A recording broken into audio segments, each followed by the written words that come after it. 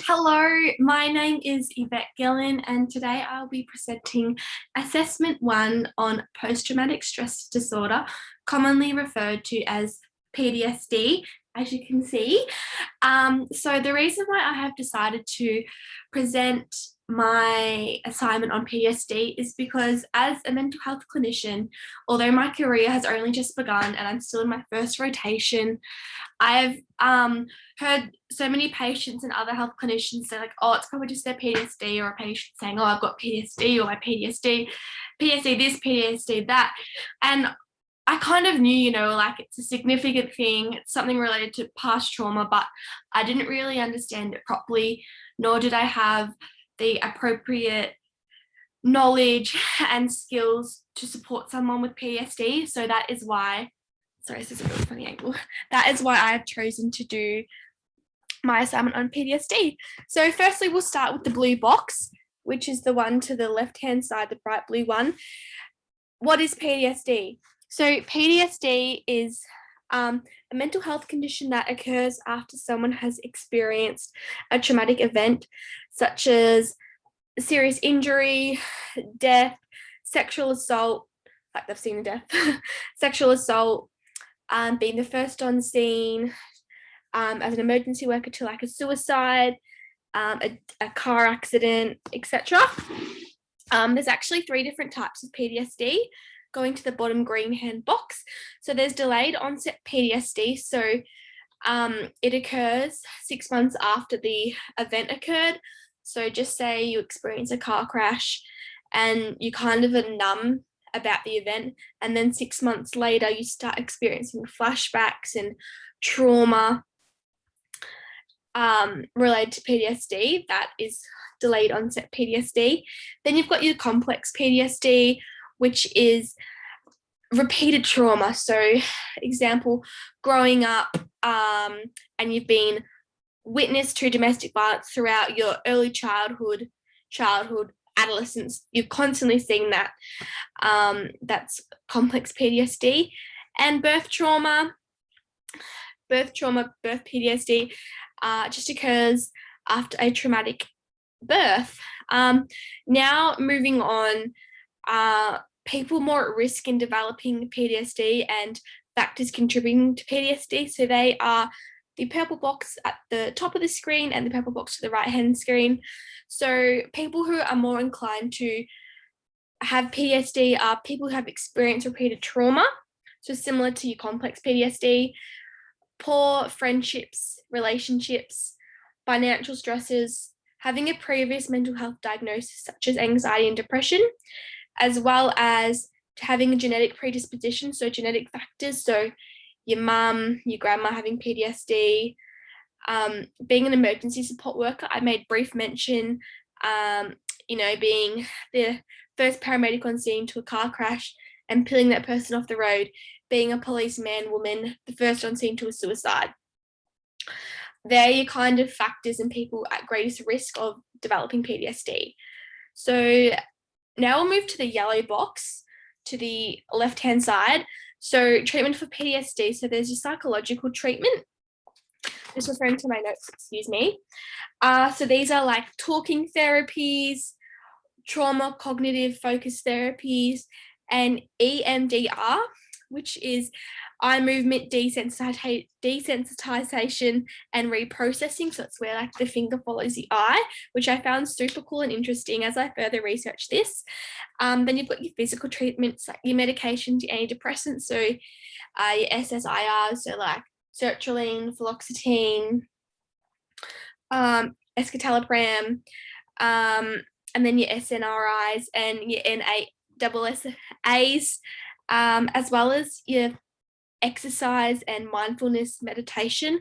There was a study done in 2008 where 13 veterans did meditation and mindfulness in regards to their PTSD, and after the 8-week cycle there was a huge improvement in their mood and how they manage their PTSD, which I found really interesting.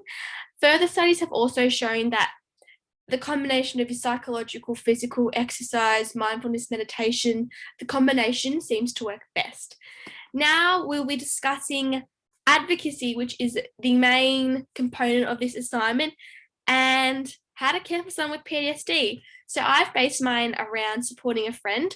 So a friend having PTSD, how to support them, listen to them, don't judge them, plan ahead for a difficult time, such as if their mother just died and it's Mother's Day coming up, you want to plan ahead of that time.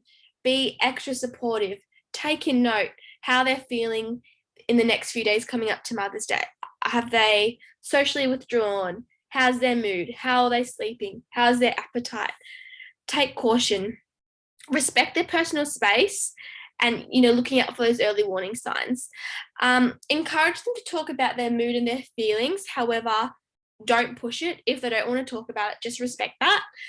And as well, looking after your own mental health, which, we can almost be forgotten about a little bit, but having a friend with PTSD can be so mentally draining.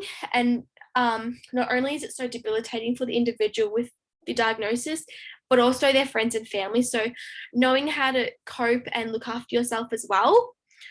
I found really interesting that PTSD, complex PTSD, and BPD, borderline personality disorder, have really similar symptoms, and the BPD can often be falsely diagnosed for instead of complex PTSD, which I found a very interesting fact.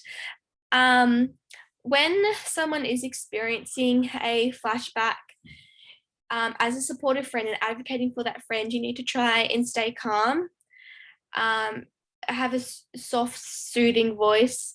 Let them know, you're having a flashback. Describe their surroundings. Avoid any sudden movement, jolting. Just be there for them in that really challenging moment. For an individual and advocating for a friend with PTSD, it's really important to diagnose, acknowledge, and pinpoint their triggers. Is there a certain smell, a sound, a place, a word, a particular book, a song, a film that will be a trigger to them? And make sure you are aware of them as the friend advocating for the PTSD, your friend with PTSD, as well as you knowing them too. Now, we'll just move the screen across. Now, how does PTSD affect an individual? Huge. I just didn't realize how debilitating an individual's life can be.